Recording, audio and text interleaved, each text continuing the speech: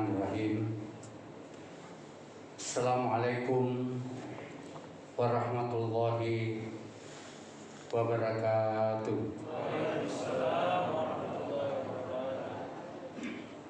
Alhamdulillahirabbil alamin. Wa bihi nasta'inu ala umuri dunya waddin. Wassalatu wassalamu ala Rasulillah wa ala alihi wa sahbihi ajma'in. Faqad qala Allah ta'ala fil kitabil karim wa huwa asdaqul qailin. A'udzu billahi minasy syaithanir rajim. Alif lam mim.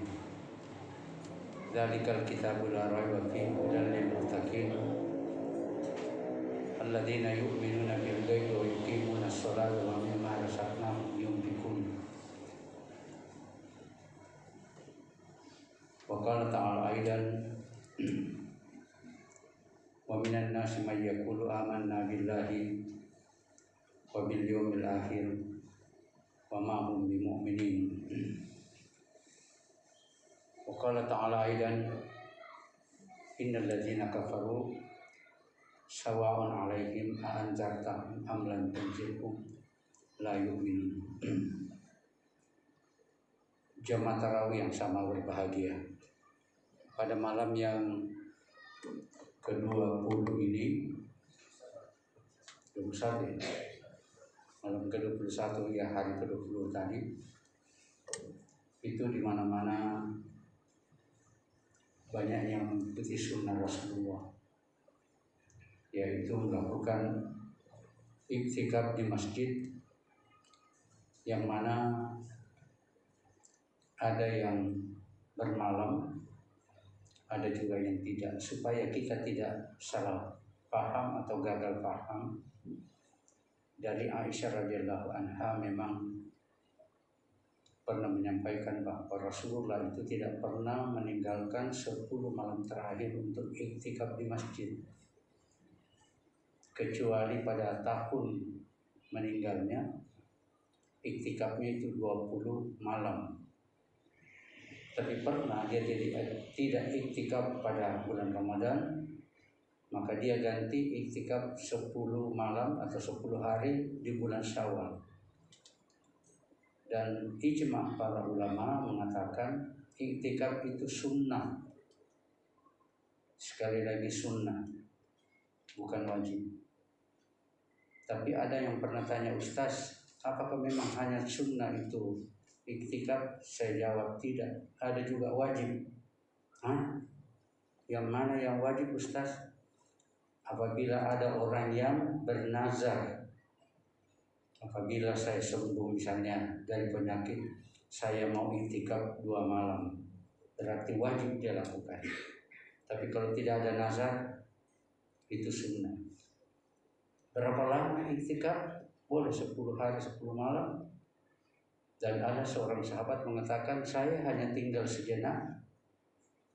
Ya, kalau kita hitung jam ya kurang lebih 1 jam, maka itu juga iktikaf namanya.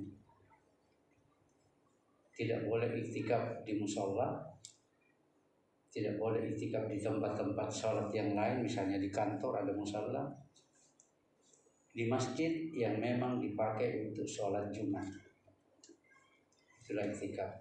Apalagi di rumah tidak ada orang iktikaf.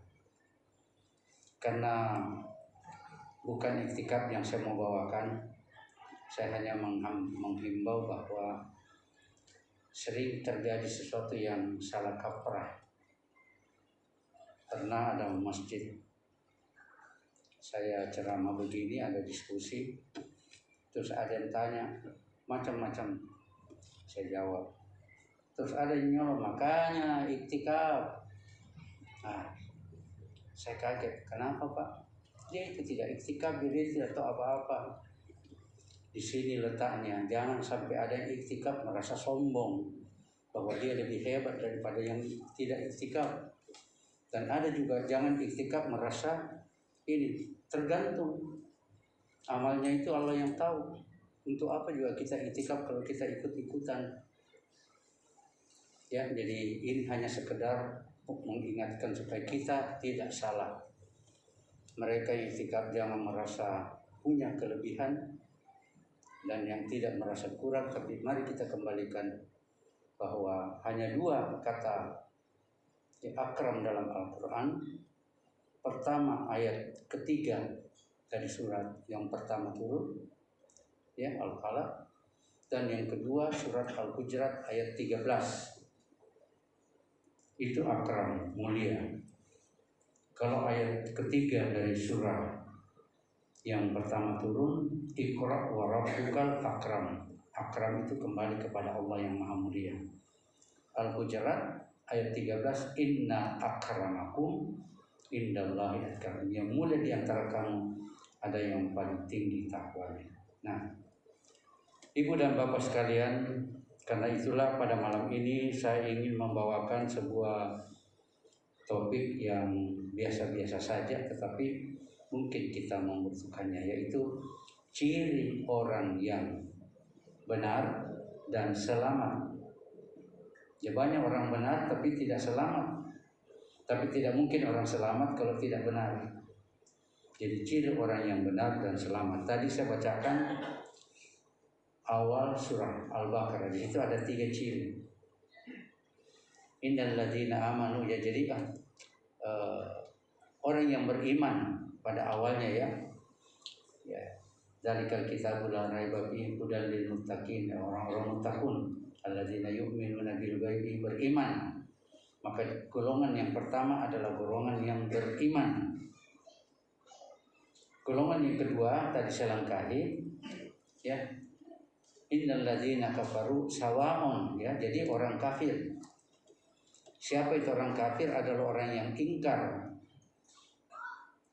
Jadi kafir itu ingkar. Tapi orang barat dia pakai bisnis itu kafir. Kenapa? Dia ambil nama kafir menjadi cover. Cover itu bed cover, itu spray. Dia bisniskan. Car cover, penutup mobil. Ya, cover itu penutup, tapi dalam ayat ini tertutup hatinya, ya, tertutup hatinya. Dan yang ketiga adalah golongan orang-orang munafik. Kalau bersama dengan kita, ya kita, tapi kalau dia pergi sama yang lain, dia ikuti pula dia. Pada Allah mengatakan, mereka mengatakan saya tipu Allah dan saya tipu orang-orang mukmin, padahal sebenarnya mereka menipu dirinya sendiri. Ada dalam surah Al-Baqarah. Namun secara garis besar 3 golongan ini hanya dibagi 2. Orang beriman dengan orang yang tidak beriman, atau orang yang kafir, atau orang-orang yang tidak baik. Orang beriman itu adalah banyak, mulai dari Rasul, Nabi, para ulama, para sahabat, para syuhada, termasuk bapak-bapak, ibu-ibu mengaku dirinya beriman. Itu disebut sebagai orang yang Hizbullah, temannya Allah, sahabatnya Allah, atau golongan orang-orang yang merasa dirinya bersama dengan Allah. Tadi dibacakan oleh Pak Imam, ya, bahwa sesungguhnya Allah itu bersama dengan orang-orang sabar. Nah, orang sabar itu adalah ciri orang beriman. Yang kedua, golongan yang batil. Batil itu sama dengan batal, ya. Batal itu artinya tidak benar, tidak jadi. Orang yang selalu berselisih, selalu tidak sesuai dengan pendapat, itulah golongan orang kafir, orang kufur, golongan orang munafik, ya. Yang bahaya di sini dua-duanya bahaya, tapi lebih bahaya itu munafik. Karena dia sama dengan kita padahal hatinya di dalam tidak. Dan ini paling bahaya. Dan tempatnya di mana? Innal munafiqina fi darki asfali minan nar. Paling di bawahnya itu neraka. Itu orang-orang munafik. Dan mereka inilah yang memusuhi Rasul, sahabat, ya. Mereka digelar sebagai golongan tagut atau golongan syaitan. Silahkan buka surat Al-Maidah ayat 55-56, saya tidak perlu sampaikan, nanti dibuka. Nah, sekarang kita masuk, ada pun ciri-ciri orang yang selamat, orang yang baik dan selamat. Pertama, senantiasa setia dan memegang teguh daripada manhaj Rasulullah. Apa itu manhaj? Yaitu segala sesuatu yang ada kaitannya dengan pelaksanaan keseharian Rasulullah. Diamnya Rasul, anggukannya Rasul, dibolehkannya, dilarangnya, semua itu yang disebut hadis. Jadi golongan orang yang benar yang cirinya adalah selalu setia dan berpegang teguh kepada hadis. Hati-hati dengan hadis dhaif, hati-hati dengan hadis yang malah bukan lagi dhaif, lemah, tetapi palsu dan sebagainya. Golongan yang kedua adalah golongan mereka yang selalu kembali kepada firman Allah dan selalu kembali kepada sabda Rasulullah. Kita bisa melihat di dalam surat An-Nisa ayat 59. A'udzubillahi minasyaitonirrajim. Ya ayyuhalladzina amanu ya atiullaha wa atiur rasul wa ulil amri minkum. Itu ikuti Allah, ikuti Rasul dan pemerintah kamu sepanjang dia tidak berlawanan dengan Allah dan Rasulnya. Kita ikuti. Kalau tidak, jangan ikuti. Karena tidak dikatakan oleh Allah dalam firman-Nya, atiullaha wa atiur rasul wa atiu ulil amri minkum. Atiullaha wa atiur rasul wa ulil amri, dan pemerintah kamu dengan catatan dia mengikuti Allah dan Rasulnya. Kita tidak usah diskusi ya, tapi itu adalah pemahaman kita. Mari kita lihat. Nah, di sini letaknya wa in tanasa'tum fi syai'in, ya, fa in tanasa'tum fi syai'in faruddu ila Allahi wa Rasul. Kalau kamu tidak sepaham, taruhlah berbeda pendapat, berselisih tentang sesuatu masalah agama, faruddu ila Allah, kembalikan kepada Allah, yaitu Al-Qur'an wa Rasul dan sunnah Rasulullah. Jangan memakai akal sehat, apalagi baper, jangan. Kita kembali. Dan kalau memang ada waqulil haq walau kana murran, katakanlah yang benar sekalipun itu pahit. Ada satu hadis Rasulullah yang indah sekali, bunyinya begini, bunyinya bukan Al-Qur'an, bunyinya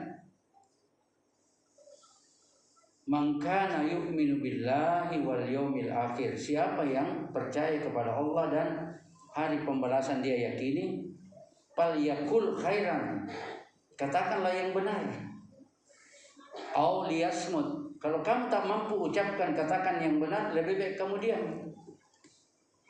Orang barat mengadopsi hadis ini, tapi dia hanya mengambil akhirnya. Dia katakan apa? Silent is gold. Diam itu adalah emas.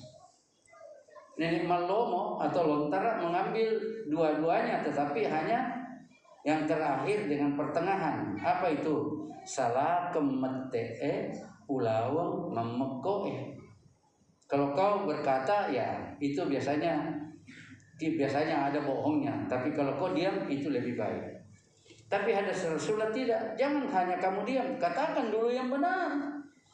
Kalau kamu tak mampu katakan yang benar, lebih baik kamu diam. Karena memang Rasulullah katakan, sampaikan apa yang datang dariku yang benar.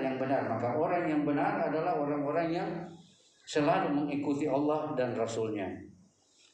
Yang ketiga adalah golongan yang tidak mendahulukan perkataan seseorang atas firman Allah. Artinya ada firman Allah, tapi karena dia ikuti yang lain, firman Allah ditinggalkan. Nah, itu bukan ciri orang-orang yang benar. Angkat dua-duanya, cocokkan apa betul atau tidak. Ya, jangan pakai ilmu cocologi. Ini katakannya orang baru kita cocokkan dengan ini. Tidak, ini yang diangkat, ini yang benar, cocokkan. Kalau kamu salah, ikuti yang ini. Jangan mencari ayat-ayat Allah untuk mencari pembenaran. Istilah anak-anak adalah cocologi, ya. Ya ayyuhalladzina amanu la tuqaddimul baina yadayillahi wa rasul. Hai orang-orang yang beriman, jangan kamu mendahului Allah dan Rasulnya.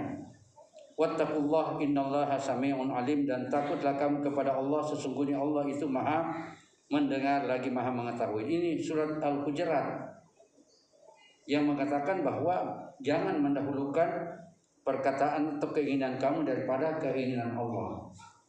Lihat, sinergikan. Ciri yang keempat adalah golongan yang selamat senantiasa menjaga kemurnian tauhid. Nah, kemurnian tauhid adalah cinta kepada Allah, cinta kepada Rasul, dan ada ayat terlalu panjang, tapi saya ambil sarinya. Ya, in kana abaukum wa abnaukum dan seterusnya. Ahabba ilaikum minallahi wa rasuli wa jihadi fi sabilillah fatarabbasu hatta ya'tiyallahu bi amri.